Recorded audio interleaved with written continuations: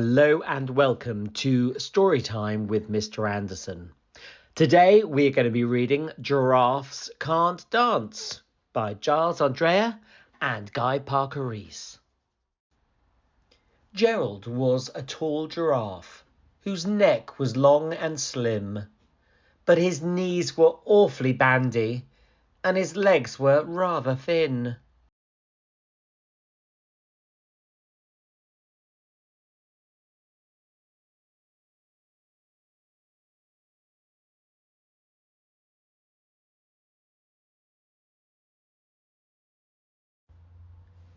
Now every year in Africa, they hold the jungle dance, where every single animal turns up to skip and prance.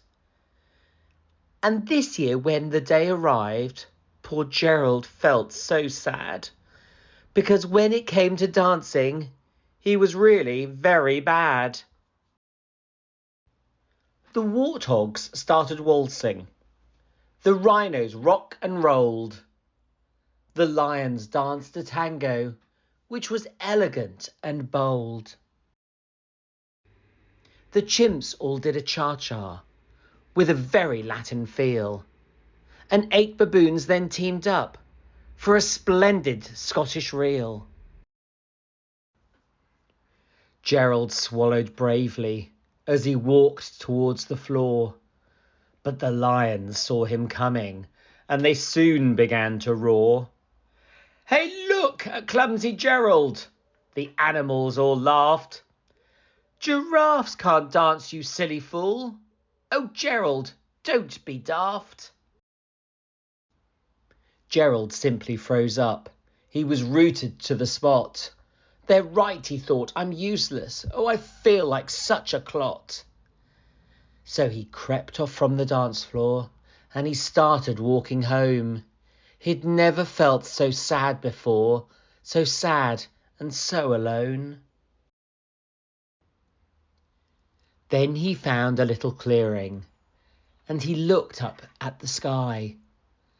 "The moon can be so beautiful," he whispered with a sigh. "Excuse me," coughed a cricket, who had seen Gerald earlier on, "but sometimes when you're different, you just need a different song. Listen to the swaying grass and listen to the trees. To me the sweetest music is those branches in the breeze. So imagine that lovely moon is playing just for you. Everything makes music if you really want it to."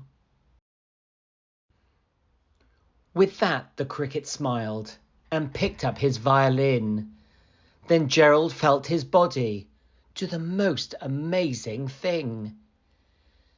His hooves had started shuffling, making circles on the ground.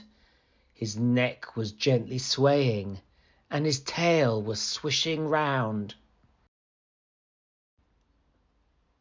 He threw his arms out sideways, he swung them everywhere, and then he did a backward somersault and leapt up in the air. Gerald felt so wonderful. His mouth was open wide. "I'm dancing, yes, I'm dancing. I'm dancing," Gerald cried. Then one by one each animal, who had been there at the dance, arrived while Gerald boogied on and watched him quite entranced. They shouted, "It's a miracle!